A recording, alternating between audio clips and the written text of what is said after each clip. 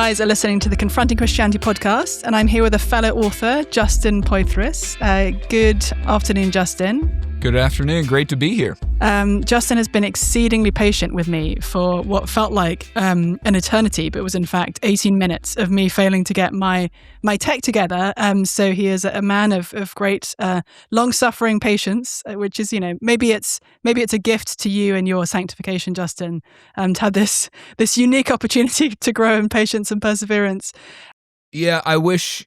I was going to say, I wish my toddlers probably don't feel the same way about that. Right. That'll usually burn up the patience pretty fast. But 18 minutes of just sitting, that's okay. I can do that. Oh, wonderful. Justin, you have a book coming out shortly on April 1st of 2026 titled Who Am I? What Am I? And What Am I Doing with My Life? Finding Stability and Purpose in Jesus. Before we talk about that book, Justin, why don't you give our listeners a little insight into who you are very sort of specifically, where you come from, and what was your path to writing this book in the first place? Yeah, so thanks. It's, as I said, great to be a part of this. And I right now live in Boise, Idaho, which, in case you don't know where that is, don't worry about it. I know where Boise is. Kind of. It's we've been here for about 3.5 years. It's been very nice. But my wife and I got married in Indianapolis. But kind of been all over. We're both initially from the East Coast. So I'm from Philadelphia, and she's from the larger DC area. So yeah, I mean, just kind of gone a number of places through pastoral work. And this book in particular, it's been, I don't know, I mean, maybe in some ways the product of like 9 or 10 years, if you start adding all of it up. Into my doctoral work was centering into identity formation.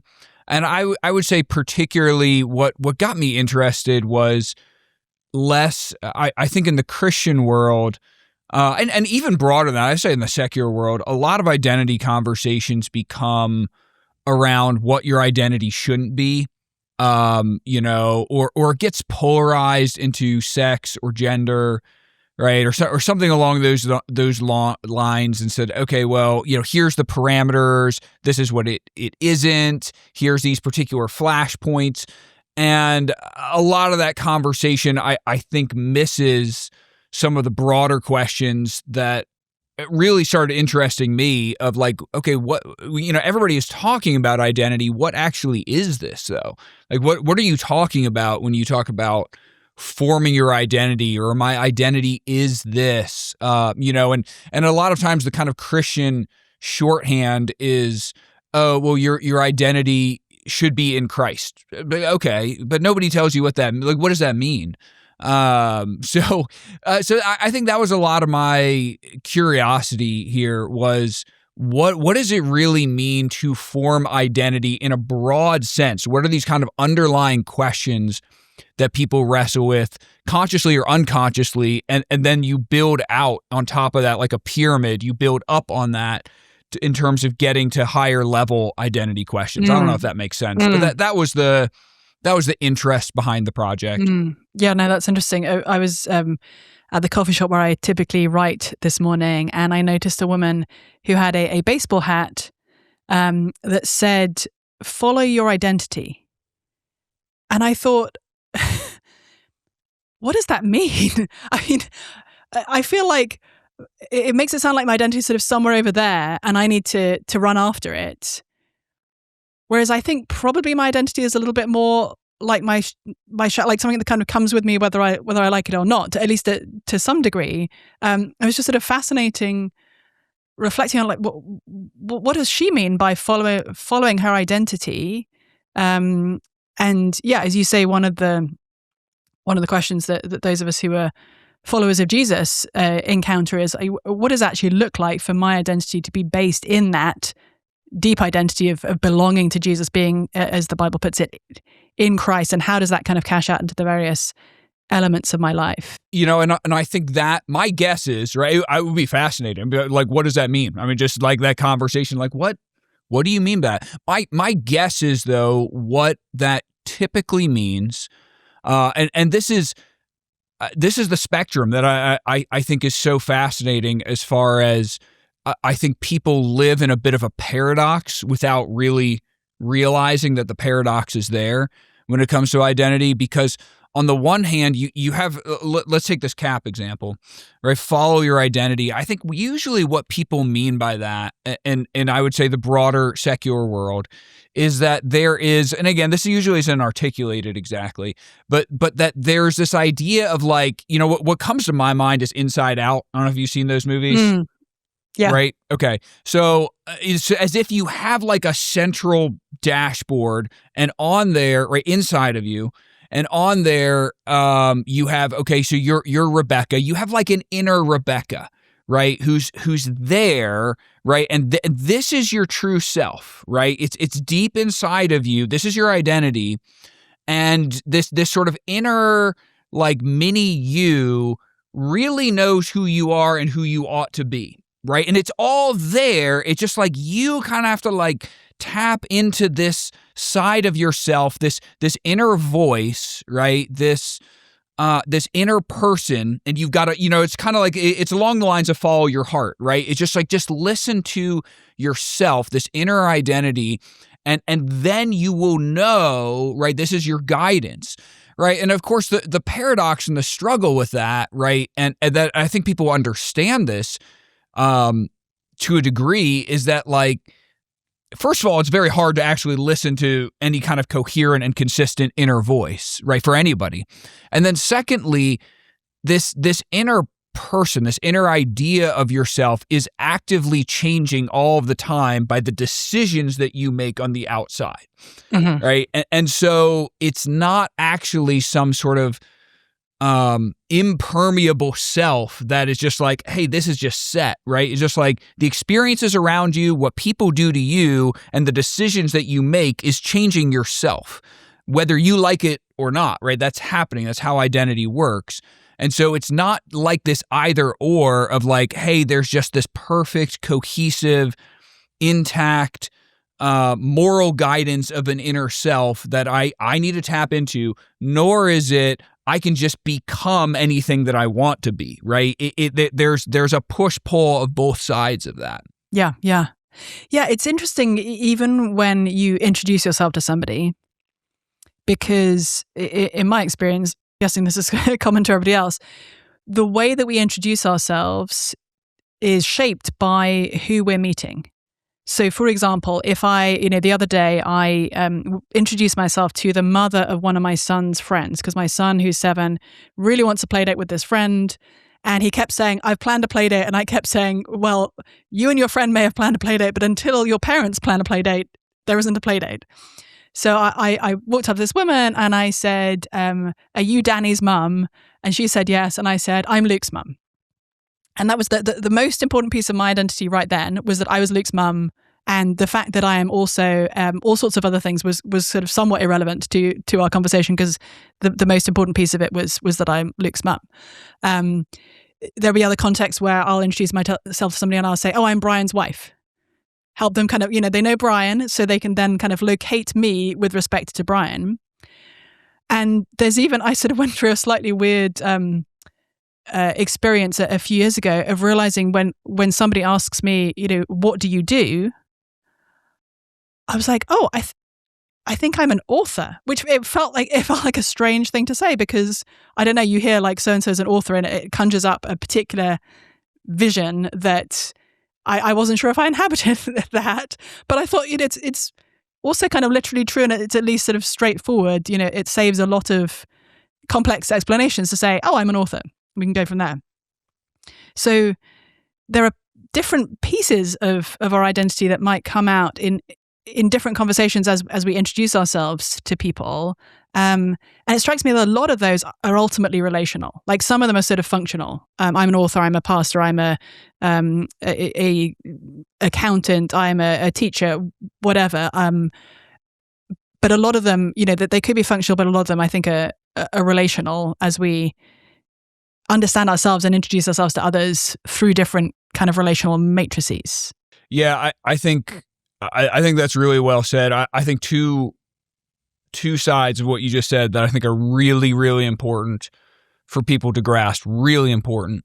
One is, and this is if there's like nothing else that somebody walks away with when you're thinking about identity, I would say this is maybe the most important thing in view of our current cultural context. It's identity is complicated, right? It's complex, and I am many different identities, and so what gets problematic is when you take the wrong identity and overload that, right? A lot of times this is sexual identity, but it can be other things, right? Plenty of things, right? Could be your work, could be, a relationship, whatever, right? And you overload that on top of all of your other identities, and you say, well, this is who I am.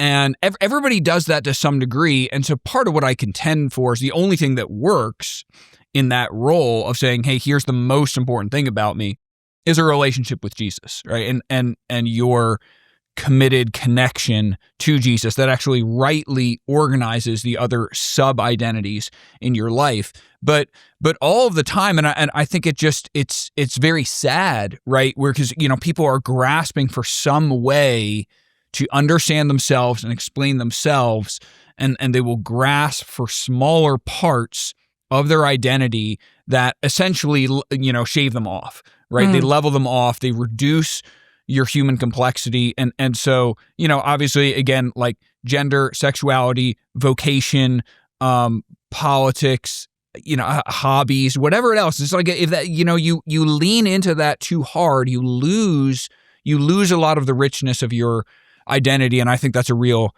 tragedy. The second thing that you said that I think is really important to grasp, again, particularly in view of our current cultural environment, is that I would actually contend that all identities, every single identity that you come up with, is relational identity. Even what you talk about functional identities, like an accountant or teacher or whatever else, like that job makes zero sense if there's nobody you're accounting for, right? If there's nobody that you're teaching to, right? It needs people. You need the relational balance of another human being who is making sense of what that identity means to you. And so this idea, and I say that that's really important, right? This idea that like who you are, who I am, only is made sense of in terms of relationships. Every part of our identity only makes sense in part of relationships.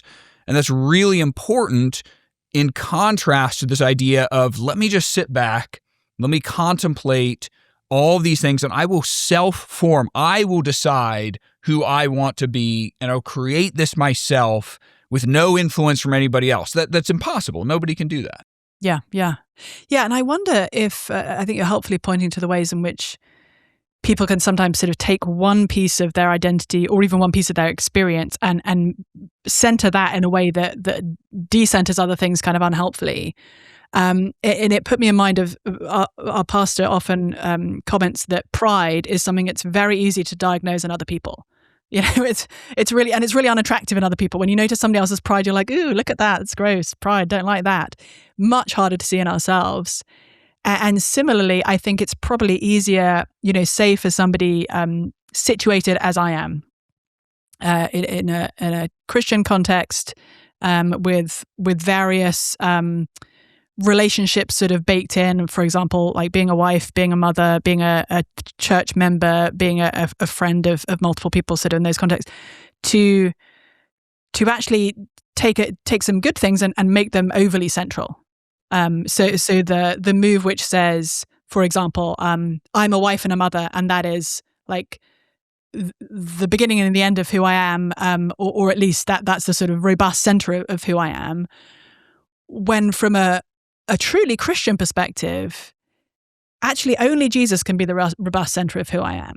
And, before I was married and after, if Brian is untimely ripped from my hands, as it were, I will still belong to Jesus. And before becoming a parent and after, I think of my great grandmother, who both of her sons died before she did. after I'm a mother, I still belong to Jesus. Before I was friends with the people who've deeply shaped me in friendship, and after, for whatever reason, I'm no longer in that sort of deep relationship with them through death or moving or whatever. I still belong to Jesus. That there's a centering there that even good things can displace if we make them central to our identity in an unhelpful way.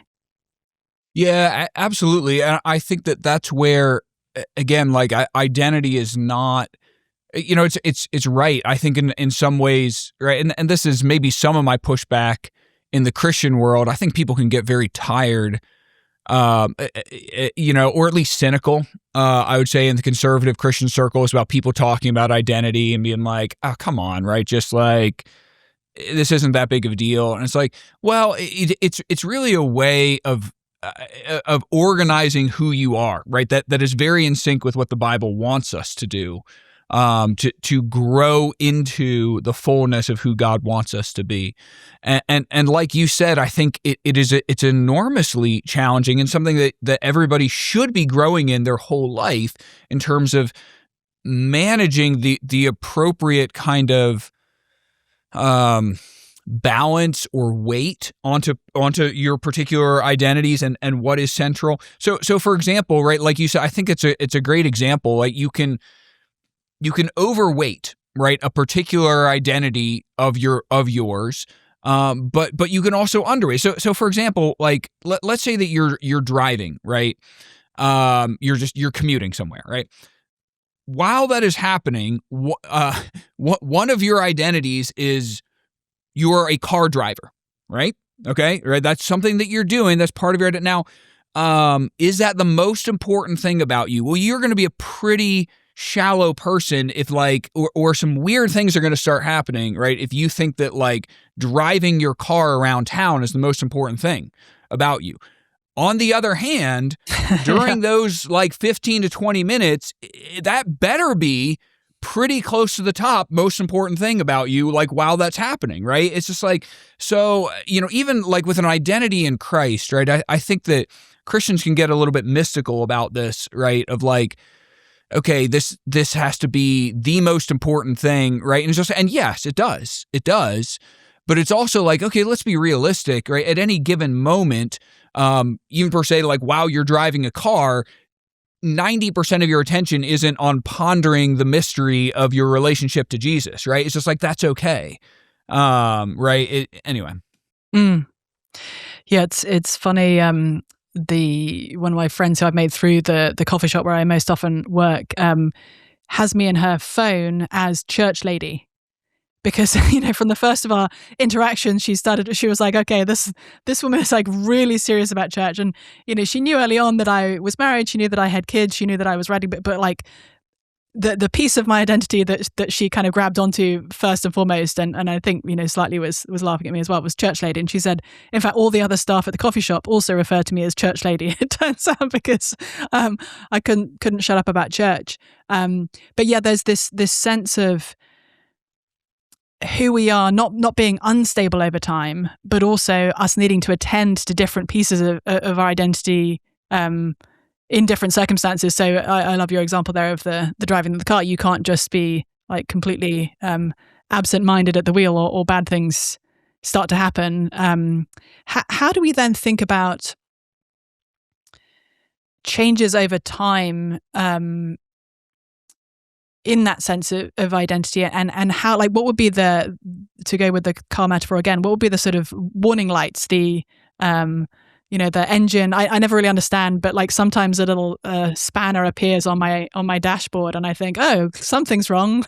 I don't really know what, and I'll just probably ignore it for a while. But what do you think are the warning lights for us that maybe we have overly centered one aspect of who we are over others? Yeah, boy, I think that's really challenging. And I would say underlying this, I think one of the concepts, and I think this is just really a valuable foundational concept to understanding how identity works, is that I describe identity in terms of being and becoming, right? But another way that you can say it is, right, is static or dynamic, right? And any sort of identity label that you want to put on yourself, like human beings have always, right? And identity, we've come up with this term fairly recently, but it's not like human beings have changed. The desires to kind of like grow into your best self, right? People 2,000 years ago wouldn't have phrased it that way, but it's still there, right? The hero's journey, right? Or whatever, right? Finding wisdom, seeking justice, whatever. So that's always been there. And so there's two things that human beings always want. This is the way that God's made us. You want a sense of stability to your identity. You want to find certain elements, and it's there, certain elements of who you are that just like, this is who I am, right? This is not going to change, doesn't need to change, shouldn't really change, right? It's just like, this is just who I am, right? And depending on your philosophy, right, this is a createdness, a givenness, whatever, part of your inner self, right? So you want that part. And then you also, though, you don't want to feel like you're just boxed in. You don't want to feel like, okay, this is just who I am and that's it, right? I have no possibility for growth, for discovery, for development, right? I'm just here. I'm forever here, right? Everybody wants to feel like, oh, I'm actually growing and evolving and developing, right? And so this is the kind of the growth or becoming trajectory. And what Christianity gives you, right, is it ties those things together in a way that nothing else quite does. In that you have a status, right? You have an absolute rock solid identity as a child of God, as saved, as a believer, as secure in Jesus, right? That's not going away because it's not actually even based on you. It's based on Jesus. But then you also have a becoming and developing side of you, right? And so you have a created order to who you are. Like, okay, and the Bible gives you a lot of those things. Like, you're a human being, you're made in the image of God, you're a man or a woman, right? These sorts of things. Like, this is just, you're created. But you also have a development trajectory where it's like, okay, God, you are to grow, right? You're to become more of who you already are. So to go into your question of like, how do you discover then where are the warning lights? Where are you overloading one side or the other of an identity and you're missing the balance? I don't know. Honestly, I don't know how you do that without community. Or without external voice. I think that's one of our big identity problems is that we kind of discount from the get-go that other people should have any say in my identity. And when you block that, how do you know? How do you know that whether you're misweighted? Yeah. Funny story, but the other day I went out for dinner with two of my closest friends, Rachel and Carolyn, and we jokingly over dinner, I forget which of us raised the question. I think maybe it was me, but I'm not sure.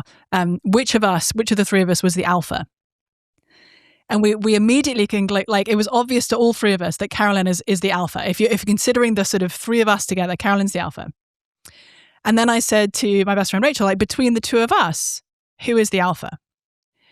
And she and I both immediately had an answer to that question, and it was opposite to the other person, but not in the way that you might think. I was convinced that she was the alpha, and she was convinced that I was the alpha.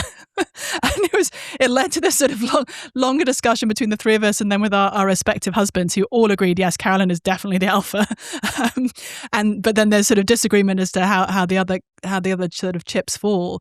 And sometimes you have a kind of sense of yourself that then bumps into somebody else's sense of you, and you realize, oh, it's not necessarily that they are correct and I'm incorrect in this perception, but I at least need to take on board this like piece of data that didn't come out of my own mind, but comes out of like somebody who knows me well. And, likewise, somebody saying to you, hey, I love you and I've known you for a long time. And you seem to think that you are, instinctively humble and servant-hearted, but actually I think you're not. Like, I think, for example, for somebody to give us a little bit of a reality check from the outside, for better or for worse, sometimes it's like, actually, you come across to others much more positively than you realize in this domain. Sometimes it's completely reverse. You think that you're having this impact here, but in fact, what you're coming across is like that. So I agree. I think we need that community check, especially from people who know us well and have known us for a long time, to be able to give us those like eyes from the outside on how we're acting.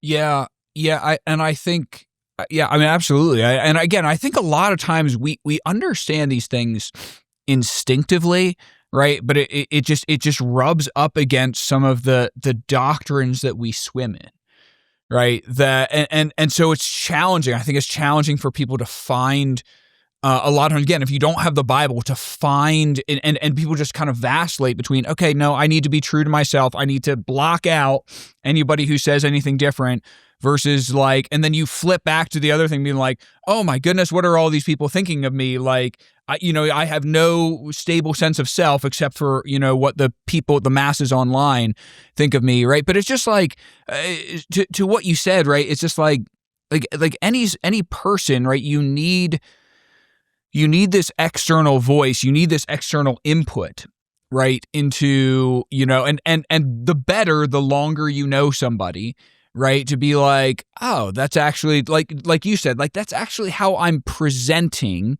right, and you still have an opportunity, of course, to like weigh the truth of that, but at least, as you said, it kind of gives you another data point. So, for example, I mean, this is all the time, but like I was with a friend recently that, like, and again, our friendship is enough that, he was talking about, just digital overload. And I'm like, yeah, and you're on your phone a lot, right? I just want you to know that, like, I see that, right? I'm just like, my perspective, you're on your phone a lot. Right. And he agreed with that. Right. And I will get that from other people. Like, I'll tend to like spiral into super negative, depressed thoughts, and just, and other people are like, hey, that's actually not reality, or like, have you thought about it in this lens? Right. And that's happening in situational ways, but of course that's also happening, those things reflect on our identity. This is going to sound like a strange direction of entry to this conversation, but the more I've thought about it over the last few months, and even as we're talking now, the more I wonder if a category of identity that we often miss from the Bible is that of being, it sounds quite shocking, but that of being slave of Christ. This is something for those less familiar with the Bible. It's a way that some of the New Testament authors, like the Apostle Paul, describe themselves. He'll say, Paul, slave of Christ, kind of almost as incidentally as I would say, Rebecca, wife of Brian, or mother of Luke, or friend of Carolyn, or whatever it is. Paul, slave of Christ. And a verse in the Bible that comes back and back and back for me, and sort of seems profoundly relevant to so many of our modern conversations, is when Jesus himself says, his disciples have been arguing about which of them is the greatest, and he says, listen, whoever wants to be first among you must be your servant, and whoever wants to be great among you must be slave of all, because even me, Jesus, the Son of Man, I didn't come to be served, but to serve, and to give my life as a ransom for many. So this sense of serving others being intrinsic to what it means to be in Christ, because if Jesus is the one who came not to be served but to serve, then if we are in fact in Christ as his followers, as the New Testament describes us, then we share in that identity.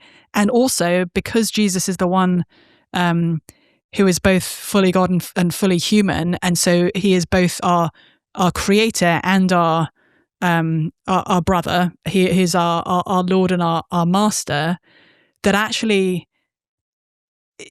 in some sense, the most stable identity that I have is that sense of belonging to Jesus. Now, for good reasons, when we hear language of slavery, we only think negatively, and it's actually this whole other conversation for those who are interested to have a podcast about this coming up before long. But it's only because of the influence of Christianity that we have abolished slavery and sort of done with the idea of human beings kind of owning, in inverted commas, other human beings.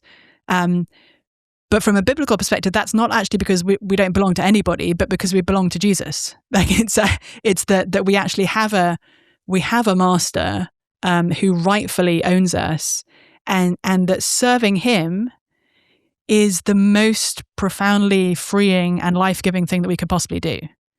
I'm curious for your thoughts on that. So it's a sort of strange angle of entry, Justin, but it strikes me as like something that we see woven through quite a lot of the New Testament, this idea of just like deeply belonging in all senses to Jesus. Yeah, I think, there's a lot to that. First thing that I would say is that I think this kind of touches on some of the things we talked about different relational and identity categories, because slave of Christ, slave to God is a very clear one. And actually a number of modern translations water that down, right? Because it's just like, people are going to take this the wrong way. We'll say servant, right? But it'll be the same word.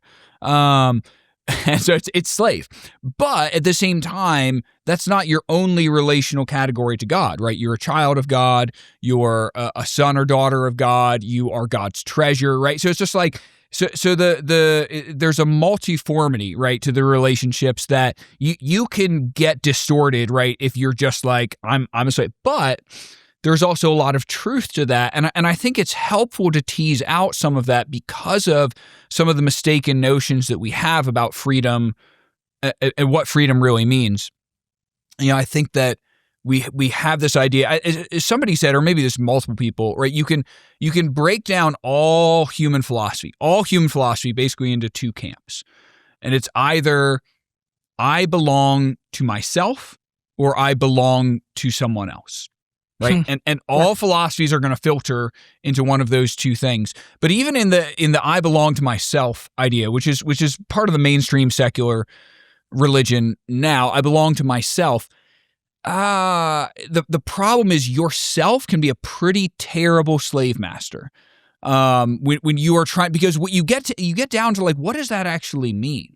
Right? That I am my own master, right? Like people love that idea, right? I'm like, I'm my own master. Well, it's just like, well, you have what that means is like there's an inner clock, right? There's an inner expectation. There's an inner set of metrics.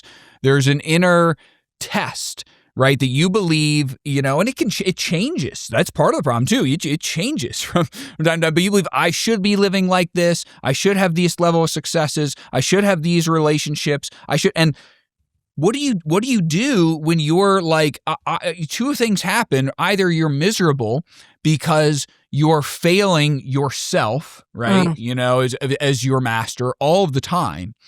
And you know that, and you're miserable at never ever living up to your standards, or you just kind of give yourself a pass and you walk around as a very proud, self-assured, miserable person to be around, because that's the only way you get by, right? And so I think that we got to clear out of the way this idea that anyone is free in the sense of not trying to live up to a certain set of expectations, right? Not being directed by a certain standard. Everyone has that. And so, and within that standard, right? And Tim Keller puts it this way. He's talking about freedom. He says, freedom is choosing the right restrictions. Because everybody, as they are pursuing freedom, it's not just freedom from, like, I want to get away from these other sources. It's like, okay, all right, let's clear that deck, supposedly, if you can. What is your freedom for? Right? You want to pursue something. And so you what you do in order to be free to pursue that is you will set up certain restrictions. So everybody has self-imposed restrictions. So for example, right, there are certain things, probably, I would guess, right, that you, Rebecca, came across, encountered yesterday, right, products or services. You're like, that would be really nice. Like, that would be a really good thing to have. It would be really convenient. You probably didn't buy all of them, right? Like that's good restrictions, right? And so like freedom isn't just like, all right, I'll just, open the doors. It's all right, what do I move toward? And so you approach it in that light and you realize, okay, everybody is actually serving something. that's then kind of setting those parameters of what are my restrictions. And the question is that the right thing, right? Are you serving the best thing? Yeah. And I think that connects up as well with the way that the word belonging cuts two ways in the English language and in our sort of understanding. Because in one sense, it feels terrible to be owned by somebody else. My friend Sam Albury made this point very eloquently, and I'm going to make it much less eloquently. So, somebody saying, I own you, could be said in a way that was really sort of dehumanizing and made you feel terrible.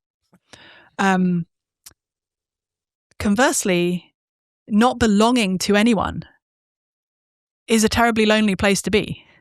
We actually need and want to belong to people in various ways. So whether it's this person is my friend, so I belong to them in friendship. This person is my child. I belong to them. This person is my husband or wife. I belong to them. This person is my pastor or my church community member. This sense of belonging that is actually liberating, in part because it can be a given. It can be, I don't wake up every morning and think, of all the children in the Cambridge area, which ones should to which ones of them should I be their mum? No, I this is like a set of children who are mine, and I might and from a Christian perspective should actually extend my sort of maternal love beyond that group, like that there should be other people who I'm reaching out in similarly loving ways too, but that there's a sort of givenness of that belonging, and that actually pursuing freedom above all else is a very rapid path to isolation and loneliness. If I don't constrain myself to belong to a community of people in a host of different kinds of relationships, I'm just alone.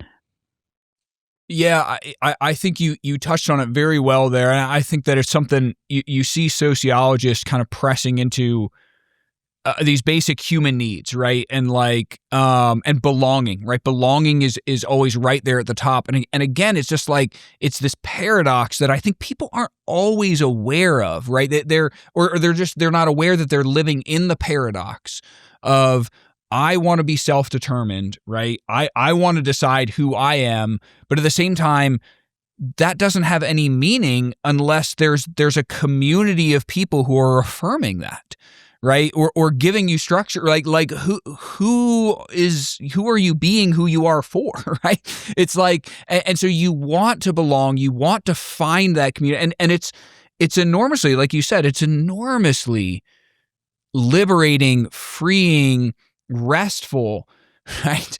When you actually are like, okay, here are some, and I think that's the great deception of kind of open-ended autonomous identity creation in our world, right? Is that like, hey, this is your pathway to self-actualization, and it's exhausting.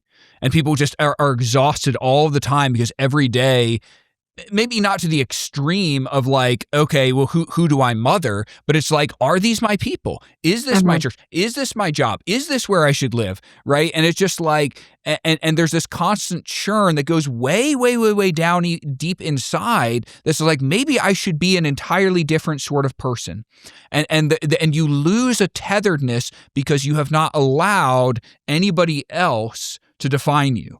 Right. And you say, if this relationship isn't working, I cut it off. All of them. Right. And so, and again, that seems very liberating until you start living that out. And then you're just totally worn out of like, who am I? And, where do I actually belong? What is there anything that's stable about me? Versus allowing yourself to be defined by certain relationships. And one part of a relationship, like you think about a relationship with your husband or my relationship with my wife, right? That it's part of the complexity again of identities. That am I a slave to my wife? No, like there's a lot of other things that relationship is, but one part of what it is service, right? I am called to serve. within that, right? And you open up those kind of alleys of like, hey, this is okay. I'm going to allow this person to speak into and define and give context to who I really am. And again, most fundamentally, that's God. But anyway, it's just that everybody needs that. Everybody instinctively seeks it out. Yeah. Well, it's a great place for us to land, Justin. For you guys who might be interested in pre-ordering or ordering a copy of Justin's book, it's titled "Who Am I and What Am I Doing with My Life? Finding Stability and Purpose in Jesus." My guess is that all of us at some point in our lives have asked ourselves those questions and have had various challenges to our identity that have hit us at different points. If you're somebody who doesn't yet know Jesus as your Lord and Master and the one to whom you truly, deeply belong, I would encourage you to consider that in this coming week. One of the stories that Jesus most famously told was a story that's sometimes called that of the prodigal son. And in that story, he narrates a young man saying to his father, I want whatever share of my inheritance is due to me, I'm going to take it now, going off, wasting it all, completely forfeiting his right to come back and be received on glowing terms by his father. And yet, as soon as he does come back, even as his father just sees him in the distance, his father runs towards him, flings his arms around him, and receives him back as his son with an overflowing heart of joy. And if you're somebody who is feeling lost right now, or feeling like you've made some life decisions that you regret, or that you just don't know what life decisions to make, and you feel unmoored and untethered and confused and lonely in this world, I would encourage you to read that story, the parable of the prodigal son, and see if maybe you could find the rest and welcome that you're looking for in the arms of the Father, in that picture of God as the one who runs out and flings his arms around us.